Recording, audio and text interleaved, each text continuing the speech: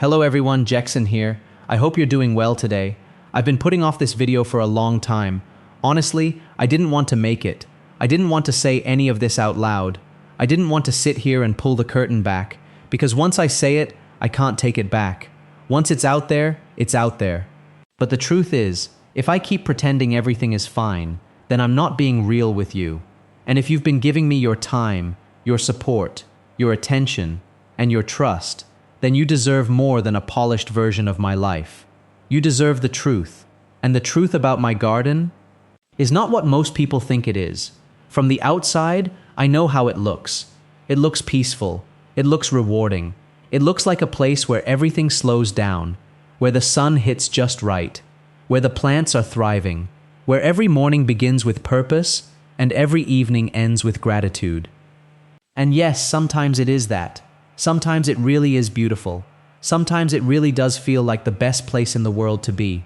But that is not the whole story. What I didn't want to say is that this garden has also been one of the heaviest things I have ever carried.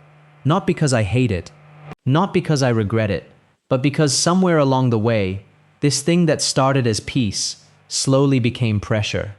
This thing that started as healing slowly became expectation. And this place that once felt like freedom started to feel like something I had to keep proving, protecting, feeding, fixing, and explaining. And I've been hiding that from you, not because I wanted to lie to you in some cruel or manipulative way, but because I didn't fully know how to explain it. And maybe even more than that, because I didn't want to admit it to myself. You know, when most people think about a garden, they imagine growth. They imagine life. They imagine color, fruit, flowers, abundance. They imagine calm hands in good soil. They imagine peace of mind. And the truth is, that's exactly what I imagined too when I started. I didn't start this journey because I wanted stress. I didn't start it because I wanted pressure. I started because I needed something real. I needed something slower. I needed something honest. I needed something that didn't care about trends or noise or approval. I needed something that would respond to patience. I needed something that would remind me that not everything valuable happens fast. That's what the garden meant to me at the beginning. It wasn't just about plants. It was never just about plants. It was about hope. It was about building something with my own hands. It was about watching small things become strong things. It was about waking up and having a reason to go outside. It was about feeling connected to time again. Real time, natural time. Not the rushed kind, not the anxious kind. The kind that asks you to wait. The kind that humbles you. The kind that teaches you that life cannot be forced. That's why I loved it so deeply. And maybe that's also why this has been so hard to say. Because when something starts as a source of healing, it's difficult to admit when it also starts hurting you. At first, the garden was simple. It was quiet. It was personal. I didn't need it to impress anyone. I didn't need every corner to look finished. I didn't need every season to outperform the last one. I wasn't thinking about what people would say, what they would notice, what they would expect next, or whether it looked successful enough. I was just growing. I was learning. I was failing in private and smiling in peace. There was something pure about that season of my life. But then things changed. The garden got bigger. The plans got bigger. The expectations got bigger. And without even realizing it, I got pulled into something dangerous. Not dangerous in the dramatic sense, dangerous in the quiet sense. The kind that creeps in slowly and disguises itself as dedication. The kind that people praise while it's quietly draining you. I started telling myself that I was just being committed, that I was just working hard, that I was just trying to make things better, that I was just trying to give more, that I was just trying to build something meaningful. And some of that was true, but underneath it, something else was happening. I was starting to tie my worth to the condition of the garden. If the garden looked good, I felt like I was doing well. If the plants were thriving, I felt capable. If things were growing, I felt secure. If I harvested something beautiful, I felt validated. And if things failed, I didn't just feel disappointed. I felt ashamed. That's the part I didn't want to say. Because it sounds strange, doesn't it? To let a garden affect you that deeply. To let soil and leaves and harvests and weather become emotional evidence in a private trial you're constantly holding against yourself. But that's exactly what happened. A failed bed wasn't just a failed bed. A struggling season wasn't just a struggling season. A disease outbreak wasn't just a gardening problem. It became a personal verdict. And when you start living like that, you don't just take care of a garden anymore. You start carrying it inside your chest. Every delay feels heavier. Every mistake stays with you longer. Every pest feels personal. Every storm feels unfair. Every wilted leaf feels like proof that maybe you're not doing enough. Maybe you're not good enough. Maybe you don't know what you're doing as much as people think you do. And that kind of thinking is exhausting. There were days when I walked outside and instead of feeling joy, I felt pressure before I even looked around. Pressure to fix something. Pressure to catch up. Pressure to save something. Pressure to make progress. Pressure to turn a living space into a constant result. That's when I realized I had stopped simply being with the garden. I had started managing it like a burden. And that hurt me more than I can explain. Because when you love something, you don't want to admit that it's becoming too heavy. You don't want to admit that you're tired. You don't want to admit that what once made you feel alive is now taking more out of you than you expected. You especially don't want to admit that publicly, because people only see the beauty. They see the harvest. They see the green leaves. They see the progress. They don't see the private cost of trying to keep that image alive. And if I'm being really honest with you, there were times when I helped create that misunderstanding. I showed you the best angles. I shared the wins. I talked about the lessons. I kept moving forward. And I kept the deeper struggle to myself. Not because the good moments were fake. They weren't fake, but they were incomplete. You can tell the truth and still leave out the hardest part. And that is what I did. The hardest part is this. There were times when my garden looked more alive than I felt. That is the sentence I didn't want to say. Because this garden has brought me joy, but it has also shown me parts of myself I was not ready to face. My need to control outcomes. My tendency to push too hard.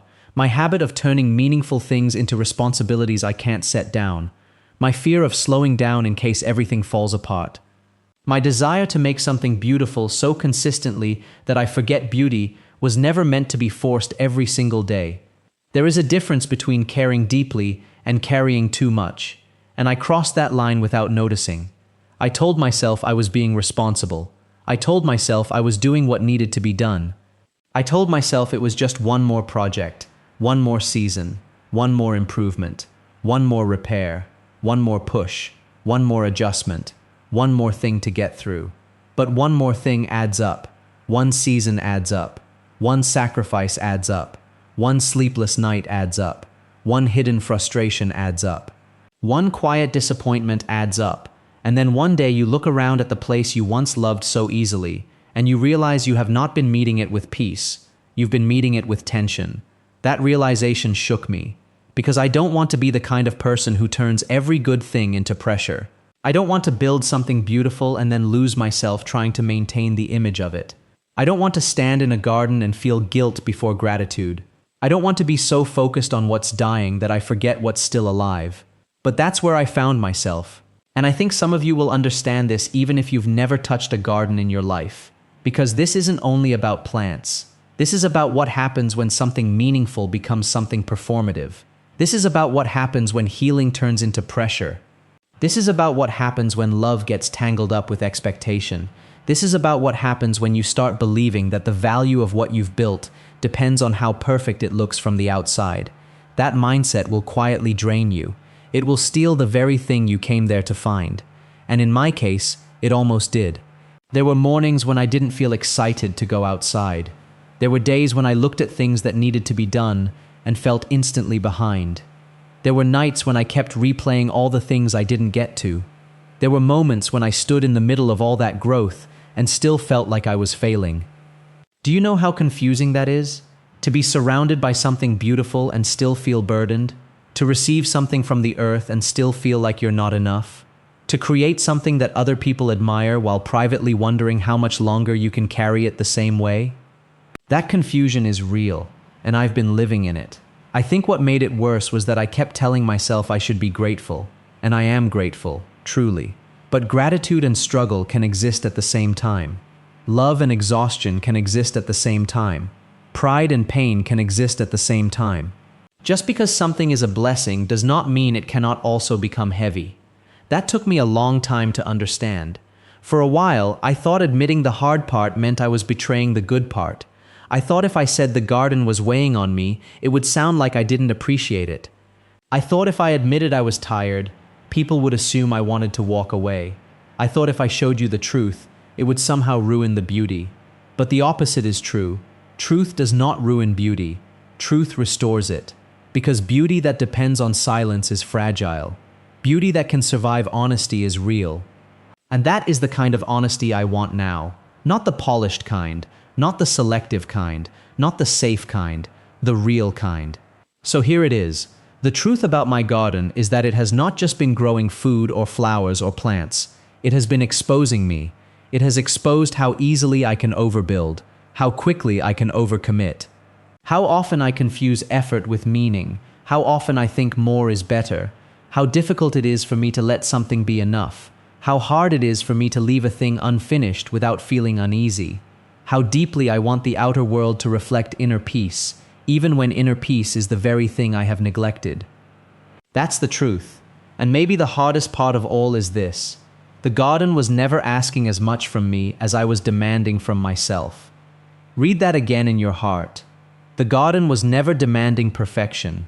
The soil was never demanding performance. The seasons were never asking me to prove my worth. The plants were never asking me to become exhausted in order to deserve them. That pressure came from me. That pressure came from the voice that says, if it can be better, it should be better. If it can be bigger, it should be bigger. If it can be improved, improve it now. If something is working, push harder. If people admire it, maintain it at all costs. If it matters to you, then don't stop until it becomes extraordinary. But there is a cost to living that way. You stop noticing enough. You stop enjoying simple growth. You stop honoring your own limits. You stop resting without guilt. You stop receiving what life is giving you because you are too busy expanding it. And somewhere in all of that, I lost the original reason I started. I started to feel like I was serving the garden instead of sharing life with it. That had to change.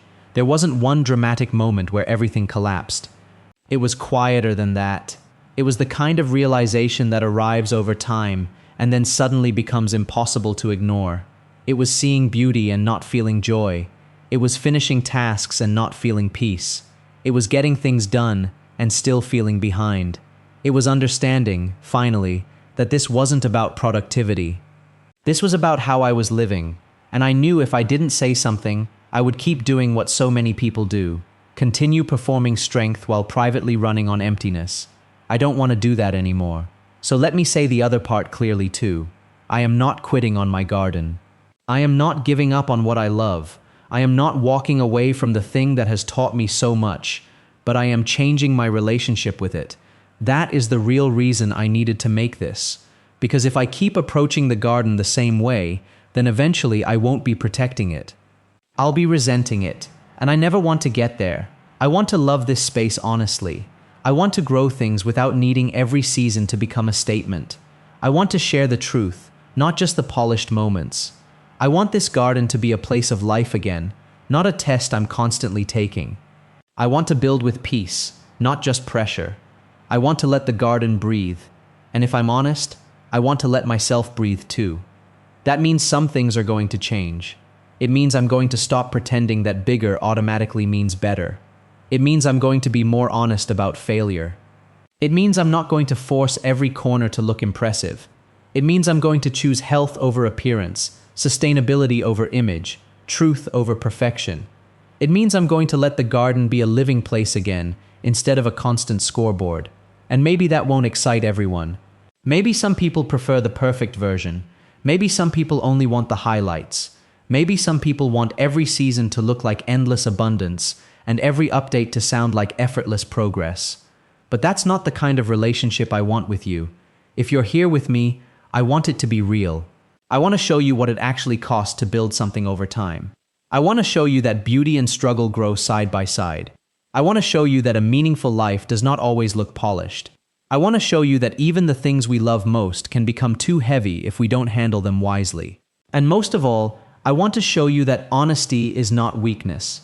Honesty is how things heal. Maybe that is what this garden has really been trying to teach me all along. Not how to grow the perfect crop, not how to master every season, not how to control every outcome, but how to stay present, how to stay humble, how to accept change, how to keep caring without carrying everything, how to let life be alive instead of trying to make it look complete all the time. That lesson is bigger than gardening. That lesson is for me, and maybe it's for you too, because maybe your garden is not a garden. Maybe it's your work, maybe it's your home, maybe it's your family role, maybe it's your creative life, maybe it's the version of yourself you've been trying to maintain for too long. Maybe you've also been showing people the blooming part, while quietly carrying the breaking part. Maybe you've been telling yourself you're fine because everything still looks good from a distance. Maybe you've been feeling guilty for being tired in the middle of something you once prayed for. If that's you, I want you to hear this clearly. Being tired does not make you ungrateful. Needing change does not mean you failed. Telling the truth does not erase the beauty.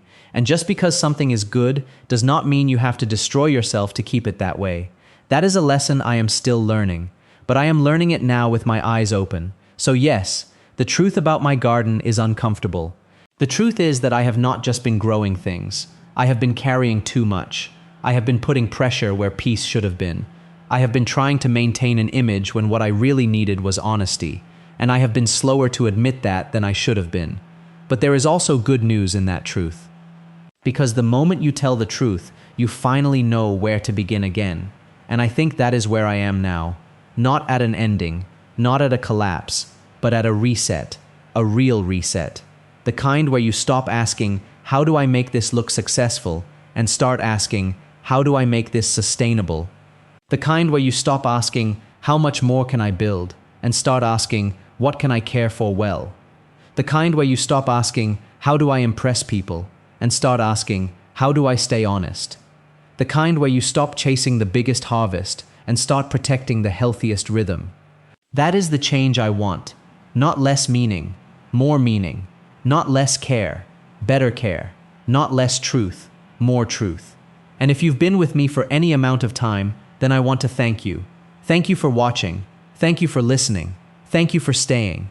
Thank you for giving me enough trust that I can say something like this honestly, because this is not easy for me. It is much easier to make everything sound simple. It is much easier to speak only in wins. It is much easier to show the bright side and move on. But I don't think that's what lasts. What lasts is truth. What lasts is meaning. What lasts is the quiet connection built when someone finally says what they were afraid to say. That's what I wanted this to be. Not a dramatic confession for attention, not a performance of struggle, not a way to make the garden sound tragic, just the truth, plain and human. I love this garden. I really do. But I want to love it in a way that does not cost me myself. And I think that is the most honest thing I've said in a long time. So from here on, things are going to be more real, more grounded, more honest, less polished for the sake of appearance, less pressure for the sake of proving something. More room for failure, more room for rest, more room for truth, more room for the kind of growth that actually lasts. And maybe, in the end, that will create a better garden too, not just a prettier one, a truer one. And maybe it will create a better version of me too, not a more impressive one. A more honest one. That matters more now. So if you've ever looked at something beautiful in your life and felt guilty for the weight of it, I hope this reminds you that you are not broken. If you've ever outgrown the way you were carrying something, I hope this reminds you that change is not betrayal. If you've ever needed to tell the truth after staying silent too long, I hope this reminds you that it is not too late. It is not too late to begin again. It is not too late to choose peace over pressure. It is not too late to make something meaningful sustainable. It is not too late to stop performing and start living honestly. That is where I want to go from here.